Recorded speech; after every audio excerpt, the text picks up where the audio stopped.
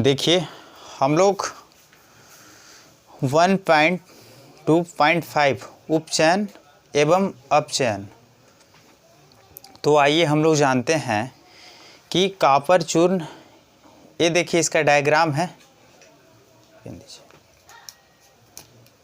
ये देखिए ये स्ट्रक्चर है। यहाँ पे ये देख रहे हैं आप स्ट्रक्चर को, एक कॉपर चूर्ण है। कौन सी कॉपर चूर्ण देख रहे हैं, है ना, कॉपर युक्त चाइना है, ठीक है। ये डिश चाइना डिश है, ठीक है। ये देखिए जाली है, ये तिपाई है ना, ये बर्नर है, ठीक है। तो हम लोग अब इस चीज़ को चाइना डिश में 1 kg कॉपर चूर्ण लेकर उसे गर्म कीजिए। चित्र 1.10 आपने क्या देखा, कॉपर चूर्ण के स्तर पर कॉपर ऑक्साइड, है ना, दूसरी स्तर की काली परत पर चढ़ी जाती है। तो यह काला पदार्थ क्यों बना?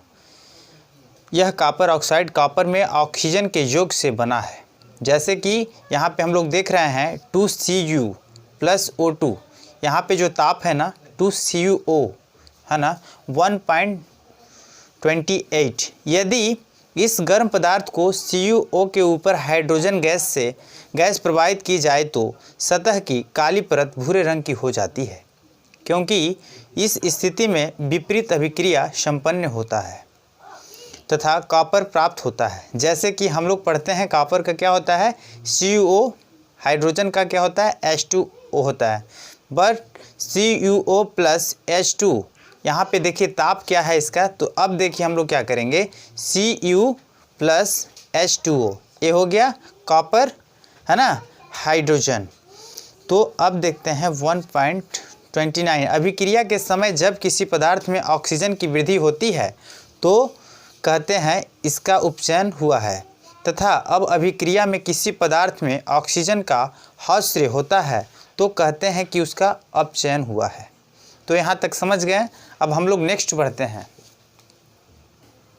अभिक्रिया 1.29 में कॉपर सेकेंड में ऑक्साइड के ऑक्सीजन का ह्रास हो रहा है, इसलिए यह अपचयनित हुआ है। हाइड्रोजन में ऑक्सीजन की वृद्धि हो रही है, इसलिए यह उपचयन हुआ है। अर्थात किसी अभिक्रिया में एक अभिकारक,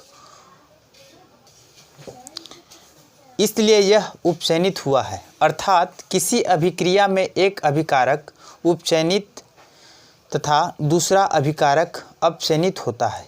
इन अभिक्रियाओं को उपचयन, अपचयन अथवा रेडॉक्स अभिक्रिया कहते हैं। देखिए अब हम लोग इसका स्ट्रक्चर को जानेंगे। उपचयन, ये जो देख रहे हैं आप, उपचयन क्या है CuO + H2, ये ताप है Cu + H2O, है ना। ये क्या हो गया, अपचयन हो गया। ये देखिए उपचयन हो गया, ये इसका क्या है, ताप है।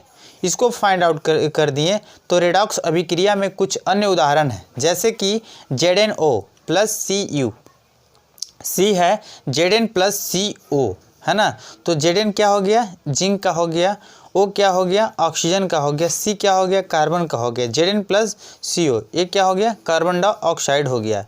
तो Mn2 मैंने मोनोफास्फोरस का हो गया, ठीक है, प्लस H4HCl, है ना, HCl अम्ल हो गया। MnCl2 + H2H2O + Cl2, ये क्लोरीन का हो गया। Cl2 क्लोरीन का हो गया। 2H2 यानी हाइड्रोजन इसमें इतना ही मौजूद है। अभिक्रिया अब देखेंगे। अभिक्रिया 1.3 के कार्बन उपचयनित होकर CO तथा, है ना, कार्बन डाइऑक्साइड तथा ZnO, है ना, जिंक सल्फ्यूरिक ऑक्साइड अपचयनित होकर Zn बनाता है, जिंक बनाता है। तो अभिक्रिया 1.3.2 में HCl, है ना, अम्ल को Cl2 क्लोरीन में उपचयनित तथा MnO2 MnCl में अपचयनित हुआ है।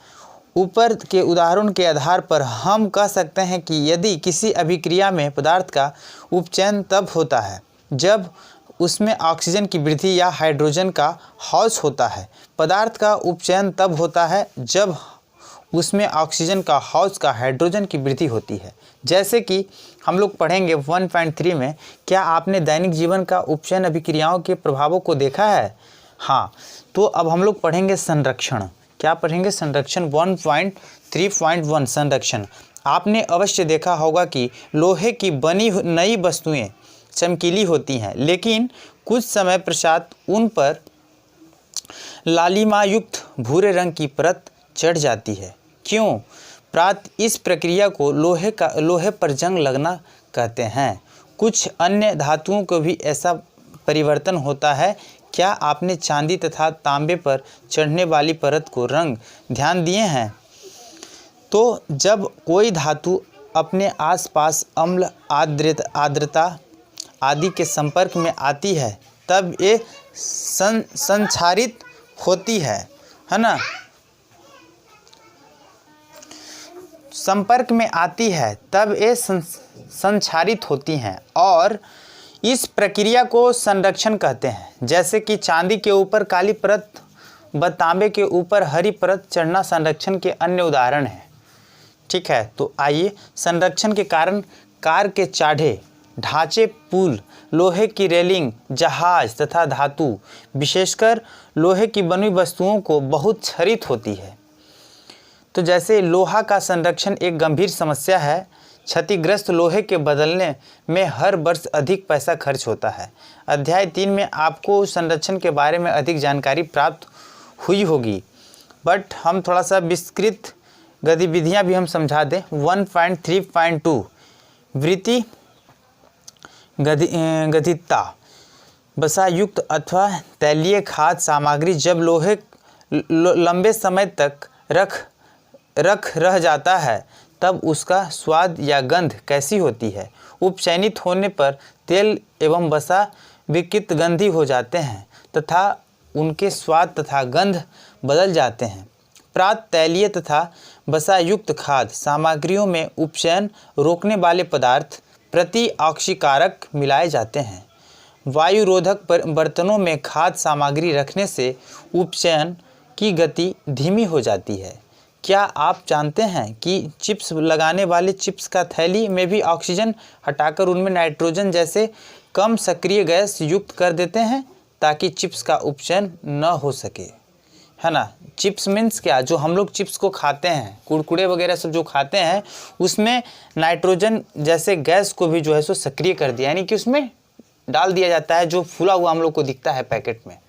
ठीक है, तो उससे क्या होता है कि दुर्गंध नहीं आएगा। जिस माने की ढांचा में है बस उसी ढांचा में रहेगा, क्योंकि उसमें ऑक्सीजन, नाइट्रोजन, उसमें NO2 उसमें प्रेजेंट है, इसलिए वो गंधित नहीं हो सकता है।